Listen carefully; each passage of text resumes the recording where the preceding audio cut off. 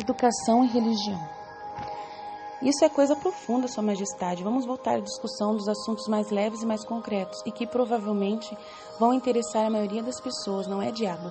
Estou interessado em discutir as coisas que fazem as pessoas felizes e miseráveis, ricas ou pobres, doentes e saudáveis.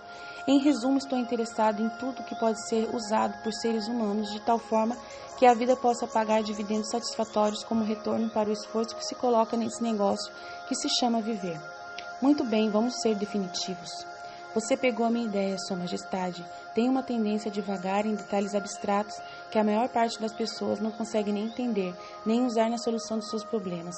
Poderia isso, de alguma maneira, ser um plano definido seu para responder às minhas questões utilizando de respostas indefinidas e conseguir, mesmo assim, sair bem disso?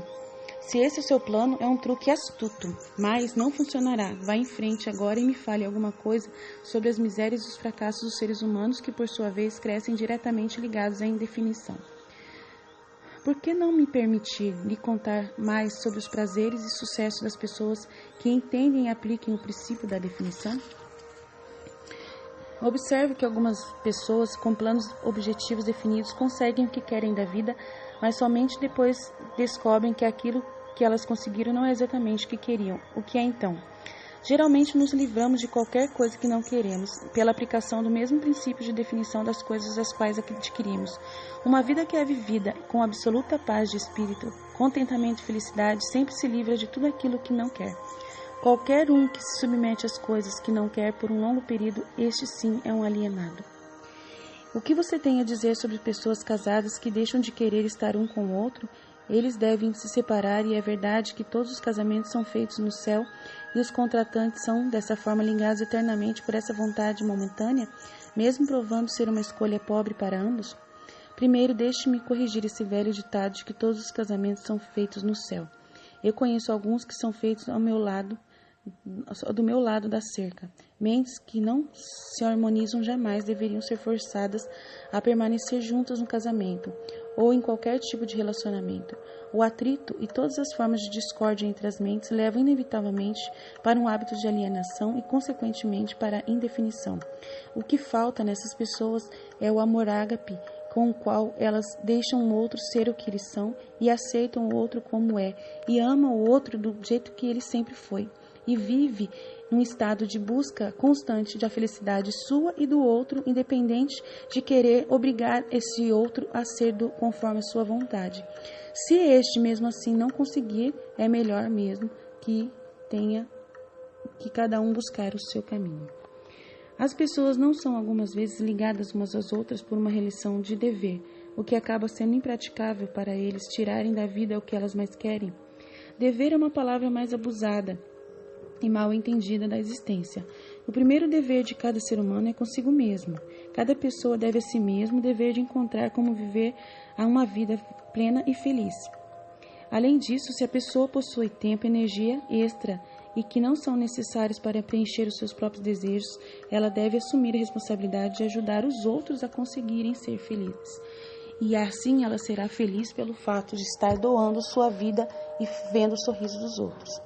Isso não é uma atitude egoísta quando você quer ser individualista e correr atrás da sua própria felicidade? O egoísmo não é uma das principais causas de fracasso? Mantenho exatamente a mesma frase que lhe disse antes, de que não existe maior dever do que aquele que devemos a nós mesmos. Uma criança não deve algo no sentido de dever aos seus pais, que lhe deram a vida e o sustento durante seus períodos de necessidade. De forma alguma, é exatamente o oposto. Os pais devem às suas crianças tudo o que eles podem dar a elas na forma de conhecimento. Além desse ponto, os pais normalmente mimam em vez de ajudar as crianças. Tudo isso por um falso senso de dever que os faz satisfazer as suas crianças em vez de forçá-las a procurar e ganhar conhecimento para elas pensarem por si próprias e conseguirem buscar o objetivo de suas vidas e seus propósitos também. Entendo o que você quer dizer. A sua teoria é de que o excesso de ajuda para os jovens os encoraja a se alienarem e se tornarem indefinidos em todas as coisas. Você, Majestade, acredita que a necessidade é um professor de grande sagacidade, que a derrota carrega consigo uma virtude equivalente e que presentes que não são merecidos, sejam de qualquer natureza que forem, podem se tornar maldição em vez de uma bênção. Isso está correto? Você conseguiu colocar a minha filosofia de forma perfeita. Eu faço os pais serem assim com seus filhos para poder facilitar a vida deles e eles não precisarem correr atrás de nada. Isso é uma teoria e um fato. Então você não advoga a oração como meio de alcançar fins desejáveis? Pelo contrário, eu advogo que a oração é poderosa, mas não o tipo de oração que consiste em palavras vazias, sem sentido e suplicantes. O tipo de oração contra o qual não tenho nenhuma força é a oração com um propósito definido. Eu nunca pensei na definição de propósito como sendo uma oração. Como ela pode ser? A definição é um efeito, a única forma de oração que alguém pode realmente basear-se. Ela, na verdade, posiciona a pessoa de uma forma que usa o ritmo hipnótico para alcançar fins definidos, apropriando-se da grande fonte universal de inteligência infinita. Essa apropriação, no caso, você deve estar interessado, ocorre através da definição de propósito persistente e perseguida. Por exemplo, uma pessoa que percebe que está andando para trás e quer andar para frente e não sabe como conseguir isso, ela não tem ainda uma definição de propósito e precisa da ajuda do seu Deus, ela pode pedir isso para ele, dizendo: me faça ter um propósito agora, e ele com certeza virá rapidamente para ajudá-lo. Por que a maioria das orações falham, então? Elas não falham, todas as orações trazem aquilo pelo qual se reza. As pessoas aqui não sabem pedir aquilo que elas querem, pois elas não sabem o que elas querem. Mas você disse que a definição de propósito é o único tipo de oração em que alguém pode se basear. Agora você diz que todas as orações trazem resultado. O que você quer dizer?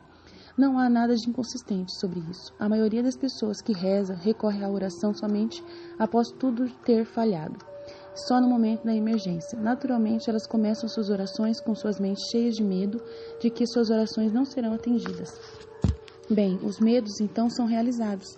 A pessoa que começa uma oração com um propósito definido e fé inabalável de que vai alcançar o objetivo coloca em ação as leis da natureza que transmutam os desejos dominantes de uma pessoa no seu equivalente físico.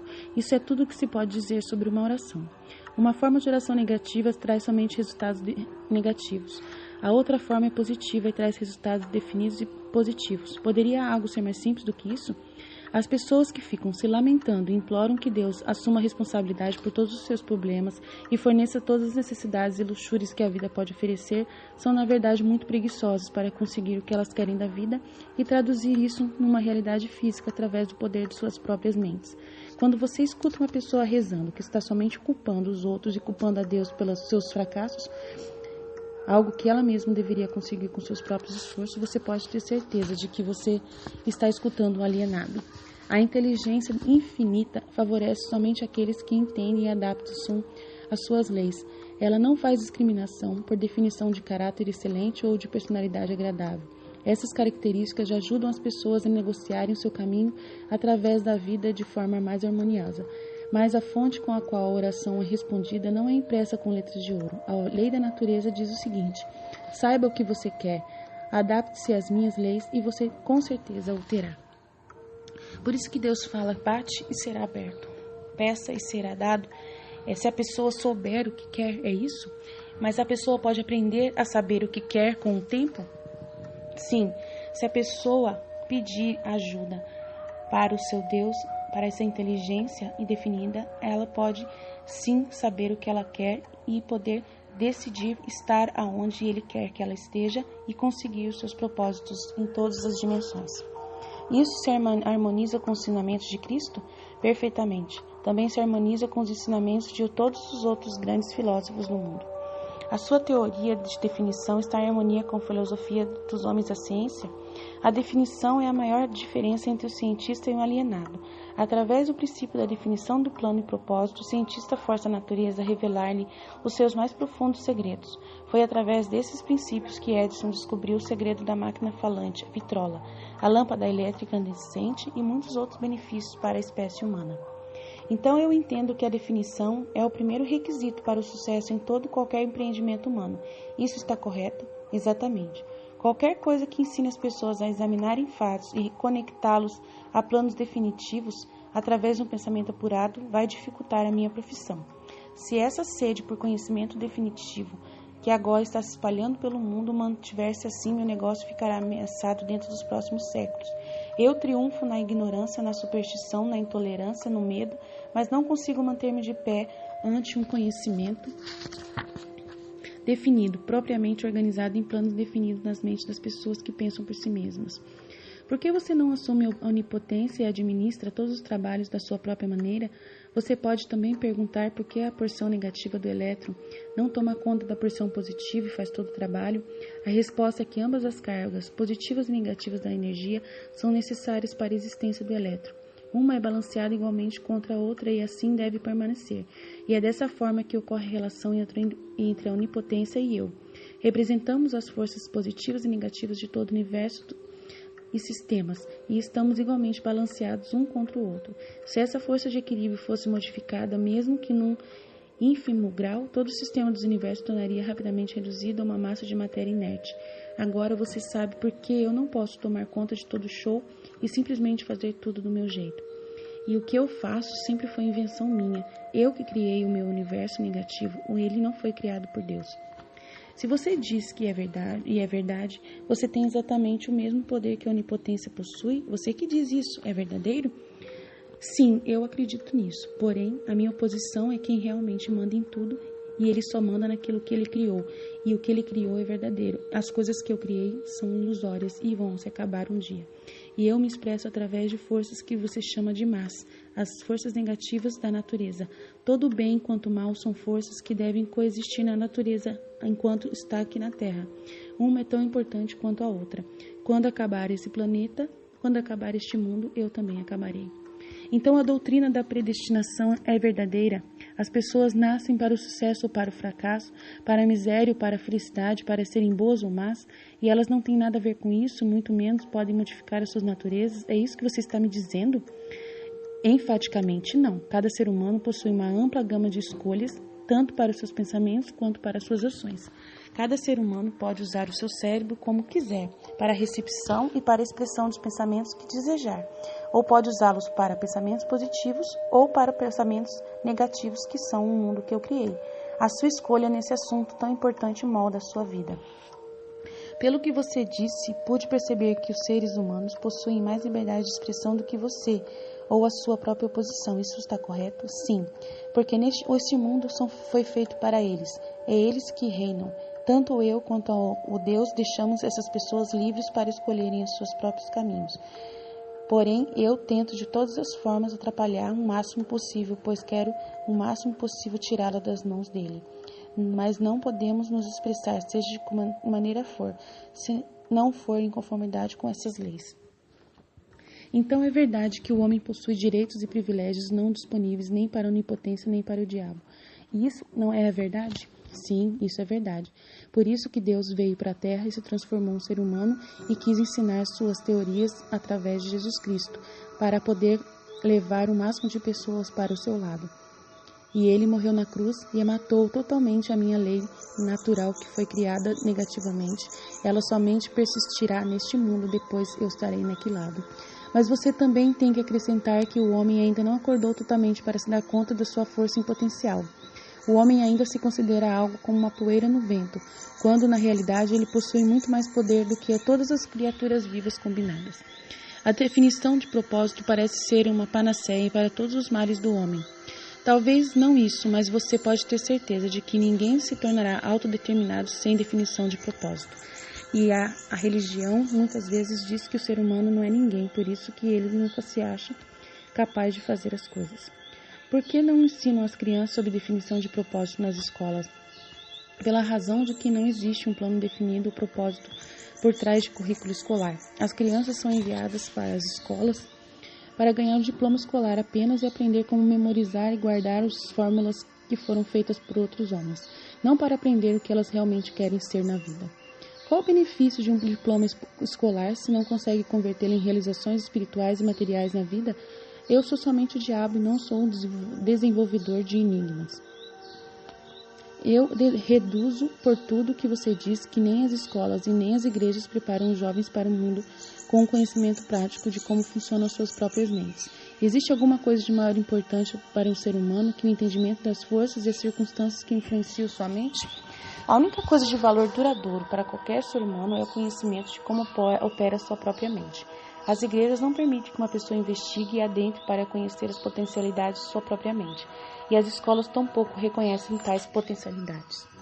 E isso é um poder que eu já utilizei desde o princípio para continuar sempre assim. Você não está pegando um pouco pesado com as escolas e as igrejas? Não, estou apenas descrevendo como elas são, porque eu as fiz ser assim, sem tendências ou preconceitos. As escolas e as igrejas não são seus piores inimigos? Seus líderes podem pensar que são, mas eu só me impressiono com fatos. A verdade é esta. Se que você quer saber, as igrejas são os meus aliados mais úteis e as escolas estão logo atrás, desde que eles continuem falando mal de mim. De que forma específica ou em termos gerais você faz essa afirmação? Da seguinte forma: tanto as igrejas quanto as escolas me ajudam a converter as pessoas para o hábito da alienação, pois elas continuam colocando medo nas pessoas de irem para o inferno. Você consegue perceber que os indícios que você está levando são substanciais, a ponto de macular a imagem das duas instituições que foram a maior importância responsáveis pela civilização da forma como se conhece hoje. Se me dou conta, minha nossa, eu me regozijo com isso. Se as escolas e igrejas tivessem ensinado as pessoas a pensar por si mesmas, onde eu estaria agora? Essa confissão sua desiludirá milhões de pessoas cuja única esperança na salvação está nas suas igrejas. Isso não é algo cruel para fazer com elas? Não seria muito melhor para a maioria das pessoas viver na ignorância desse fato do que saber a verdade sobre você? O que você quer dizer com o termo salvação somente tem a ver com a salvação feita através do amor de Cristo na cruz. Do que, na verdade, as pessoas estão sendo salvas? A única forma de salvação duradoura é que realmente elas precisam entender o que Jesus fez nesse mundo. Ele ensinou tudo o que elas precisam saber. Se as igrejas começarem a ensinar somente o que Jesus ensinou, elas estarão salvas de mim. E é por isso que eu estou dizendo que as igrejas não prestam, porque eu estou utilizando a psicologia reversa. Você parece não considerar nada como sagrado. Você está errado. Mantenho como sagrada a única coisa que eu considero meu mestre, a única coisa do qual eu tenho medo. E o que é que você tem medo? Do poder do pensamento independente amparado pela definição de propósito. Ah, então você possui muitas pessoas para temer. Somente 2 em cada 100, como eu já te disse. Ha, ha, ha. As outras todas eu controlo. Eu não acredito que você controla todas essas pessoas, pois conheço pessoas que já estão claramente fazendo seus propósitos acontecerem na Terra, e pessoas que estão nas igrejas ensinando os outros a amar e a se curar desses problemas de alienação, pessoas que já estão vivendo buscando a abstinência dos vícios que já colecionaram, e pessoas que estão sendo ajudadas por outras a saírem das drogas e dos vícios de bebida e álcool, cigarro. Então não vejo que você está tão dominando assim. Vamos dar um tempo para as igrejas agora e voltar para as escolas. A sua confissão mostrou claramente que você prospera e se perpetua de uma geração para outra utilizando o truque de tomar conta das mentes das crianças, antes que elas tenham a chance de usar os seus próprios intelectos. Desejo saber o que está errado com o sistema escolar que permite que o diabo controle tantas pessoas. Desejo saber o que pode ser feito para estabelecer um sistema de ensino que garantirá a oportunidade de aprendizado para todas as crianças. Primeiro, de que elas possuem mentes. Segundo, de que forma elas podem usar as suas mentes para trazer liberdade espiritual e econômica para as suas vidas. Estou colocando essa questão de forma suficientemente definida, considerando que você tem salientado a importância da definição de propósito. Estou aqui para alertá-lo de sua resposta para a minha questão e deve ser definida. Espere um momento enquanto eu respiro. Você me deu uma ordem tanto, e parece estranho que você tenha vindo para o diabo para aprender como viver. Eu penso que você deveria visitar a minha oposição. Por que você vem a mim? Sua Majestade, quem está sendo inquirido aqui é você, não eu. Quero a verdade e não estou preocupado pela fonte através do qual eu quero. Existe algo radicalmente errado com o sistema de educação. Sistema tal que tem nos fornecido um balancete da vida que nos mostra que estamos vulneravelmente no vermelho, sempre na esperança de entrar para o caminho da autodeterminação, tal como se fôssemos animais perdidos numa selva. Quero saber 2 coisas sobre esse sistema. Primeiro, qual a maior fraqueza do sistema? Segundo, qual pode ser essa fraqueza ser eliminada? E a bola está com você novamente. Por favor, permaneça focado na questão e pare de tentar me desfocar com questões abstratas. Isso é ser definido, não é? não me deixa nenhuma chance a não ser partir para uma resposta direta. Para começar, o sistema de ensino parte por um ângulo educacional errado. O sistema escolar esforça-se para ensinar as crianças a memorizar os fatos e decorar fórmulas, em vez de ensiná-los como usar as suas próprias mentes e criar as suas próprias fórmulas de ação. É somente isso que está errado com o sistema? Não, esse é apenas o começo. Outra grande fraqueza no sistema escolar é que ele não estabelece na mente das crianças nem a importância da definição de propósito e nem tenta ensinar aos jovens uma forma de serem definidos em qualquer coisa. O maior objetivo de toda a escola é forçar os estudantes a abarrotar suas memórias com fatos em vez de ensiná-los como organizar e fazer o uso prático desses fatos. Esse sistema de acumulação de memória faz com que a atenção dos estudantes seja centrada apenas em ganhar créditos e boas notas, mas deixa de lado a questão mais importante, que seria o uso desse conhecimento nos assuntos práticos da vida deles. Esse sistema gradua estudantes e forma diplomados cujas mentes estão vazias de autodeterminação. O sistema escolar partiu de um mau começo. As escolas começaram sua história como instituições de aprendizado de alto nível, tendo sido criadas inteiramente para aqueles poucos afortunados cujas famílias os destinavam para a educação. Assim, todo o sistema escolar foi desenvolvido começando pelo topo até chegar à parte de baixo da sociedade. Não é de se estranhar que esse sistema negligencie ensinar às crianças a importância de definição de propósito em suas vidas, quando o próprio sistema também não tem definição nenhuma. O que corrigiria essa fraqueza no sistema escolar? Vamos combinar que não vamos reclamar da fraqueza do sistema, ao menos que estejamos preparados para oferecer um remédio prático para o qual todo o sistema pode ser corrigido. Em outras palavras, enquanto estamos discutindo a importância da definição de um plano e de um propósito, vamos nós agora mesmo tomar nosso remédio e sermos definidos. Por que não esquece as escolas e igrejas e evita uma série de incomodações para você mesmo? Você sabe que está colocando seu nariz em assuntos que envolvem duas forças que controlam o mundo. Vamos supor que você mostre ao mundo que as escolas e igrejas são fracas e inadequadas para as necessidades dos seres humanos. O que vai acontecer? Com o que vai substituir essas duas instituições? Pare de tentar escapar das minhas questões com esse velho truque de fazer outra pergunta. Não tenho intenção de substituir as escolas e igrejas e sim melhorá-las em todos os sentidos, mas tenho a intenção de encontrar, se puder, um meio de fazer com que elas possam organizar-se e se modificar de tal forma que sirvam as pessoas de uma vez por todas, a manter nas trevas, para sair das trevas da ignorância. Vá em frente agora e me dê um catálogo detalhado de todas as mudanças que poderiam fazer no sistema escolar, por sua vez, aperfeiçoando elas. Então, você quer todo o catálogo, é isso? Quer as mudanças sugeridas na ordem de sua importância? Descreva as mudanças necessárias na ordem que elas vêm para você. Você está me forçando a cometer um ato de traição contra mim mesmo, mas aqui está. Reverta o presente sistema, dando às crianças o privilégio de liderar nos seus trabalhos escolares, em vez de seguir regras ortodoxas estabelecidas somente para compartilhar conhecimento abstrato. Deixe os instrutores servirem como estudantes e deixe os estudantes servirem como instrutores. Tanto quanto possível, organize todos os trabalhos das escolas em métodos definidos através dos quais os estudantes possam aprender fazendo e direcione o trabalho da classe de tal forma que todo estudante esteja engajado de alguma forma no trabalho prático, conectado com os problemas diários da vida.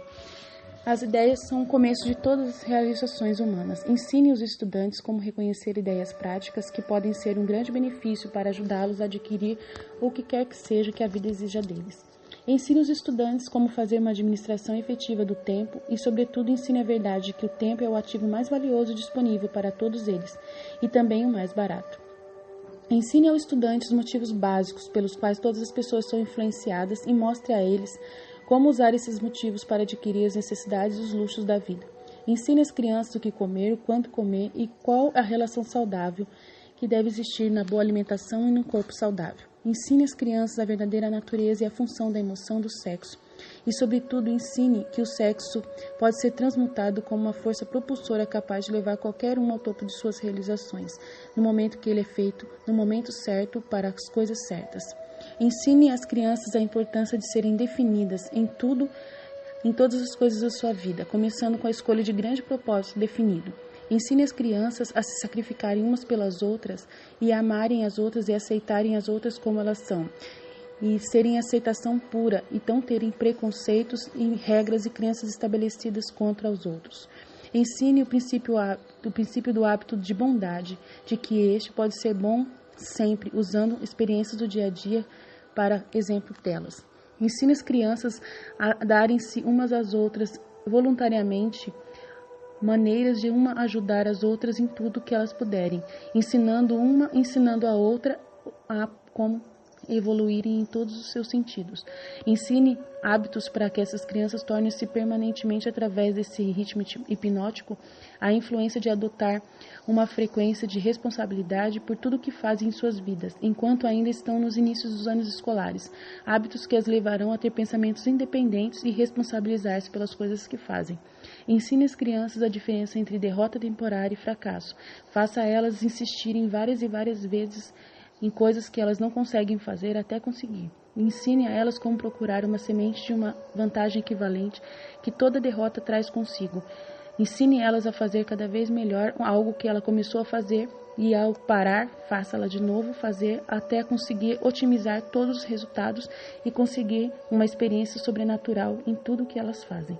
Ensine às crianças a importância de expressarem seus próprios pensamentos sem medo e ensine-os a aceitar e rejeitar as coisas que não são boas, e aceitar as coisas que são boas por sua própria vontade, e aquilo que não for bom, que elas possam transformar em algo bom. Todas as ideias dos outros, reservando para si mesmas sempre o privilégio de submeterem seu próprio julgamento.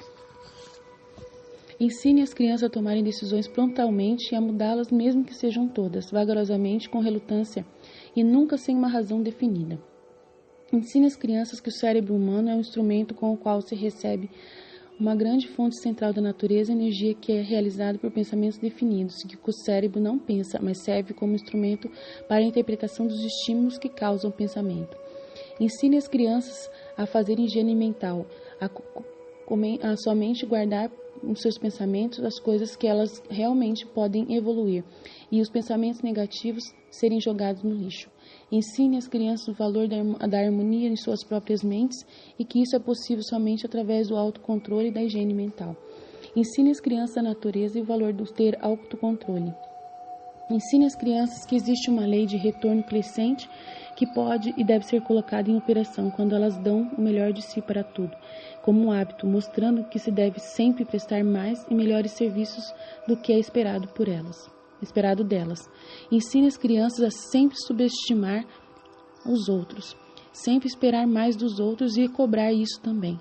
Exigir dos outros coisas maiores, para que de uma forma receptiva e bondosa. Ensine as crianças a verdadeira natureza da regra de ouro, que é a aceitação total dos outros. Mostre a elas que através da operação desse princípio, tudo o que elas fazem para os outros e pelos outros, acaba fazendo para si mesmas. Ensine as crianças a não terem opiniões, a não ser que sejam formados por fatos ou crenças que possam ser razoavelmente aceitas como todos para todos e com verdadeiros meios fáceis, nada que seja subjetivo sem ideologia, sem uma ideia clara e provada. Ensine as crianças que cigarros, bebidas, drogas e o sexo em demasia destroem a força de vontade e acabam levando ao hábito da alienação. Não proíba esses males, mas explique para elas.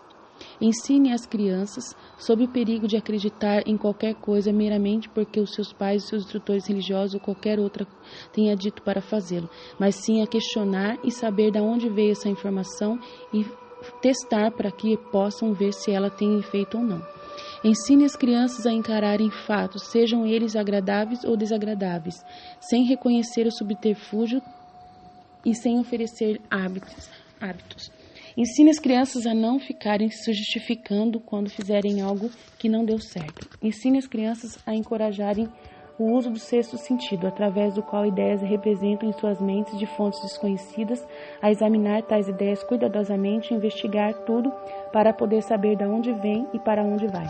Ensine às crianças a importância da lei da compensação, tal qual foi interpretada por Ralph Waldo Emerson, e mostre a elas como essa lei trabalha nos eventos do dia a dia, mesmo nos menores. Ensine às crianças tudo o que Jesus ensinou e toda a sua definição de propósito e toda a sua razão de ter salvo a humanidade através da cruz. Todo o amor que ele derramou para todo ser humano e porque ele aceitou se sacrificar pelos seres humanos, salvando-os da aniquilação eterna, caso elas continuem a se alienar na terra.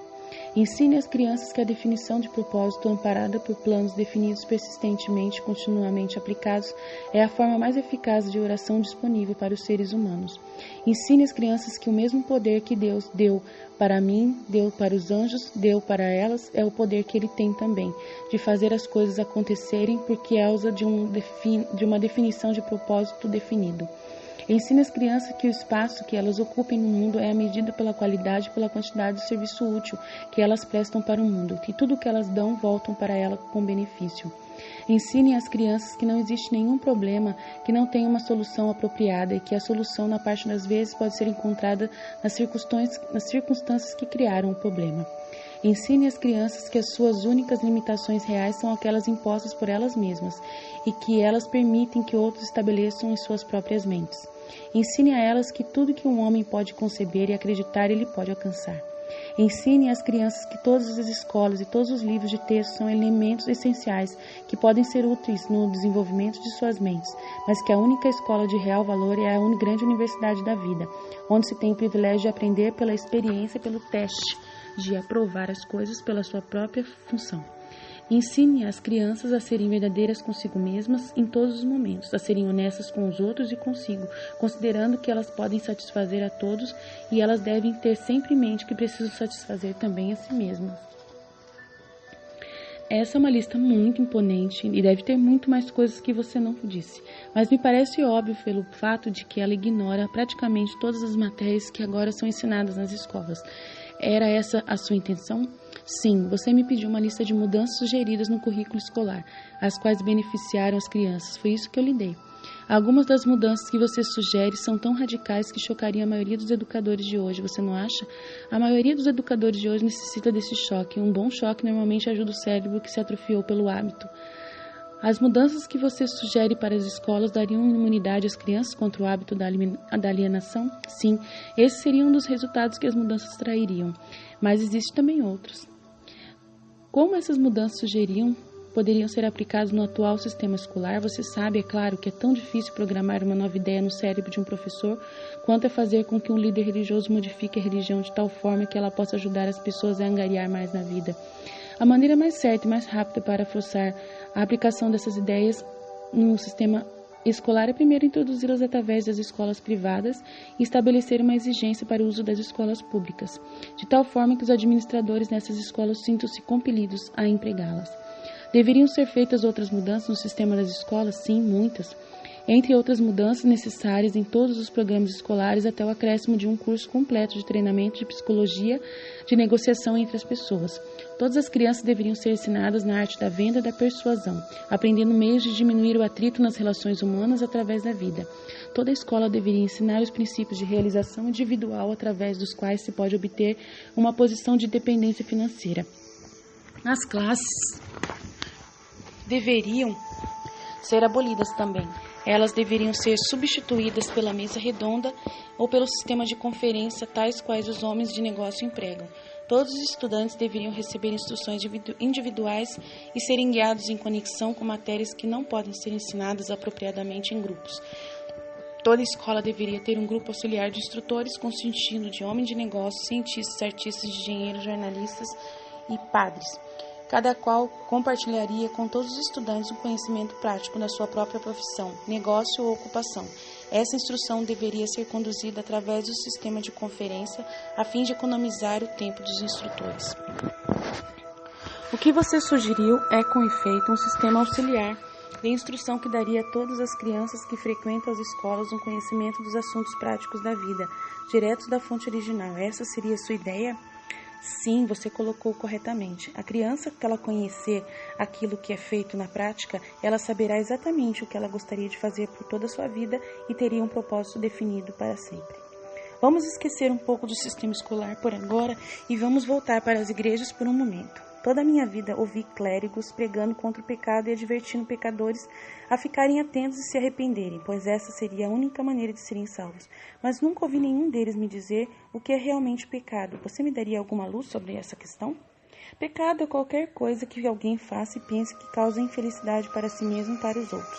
Seres humanos que estão em ótimas condições físicas e em perfeita saúde espiritual deveriam estar em paz consigo mesmo e serem felizes. Qualquer forma de miséria mental ou física indica a presença do pecado.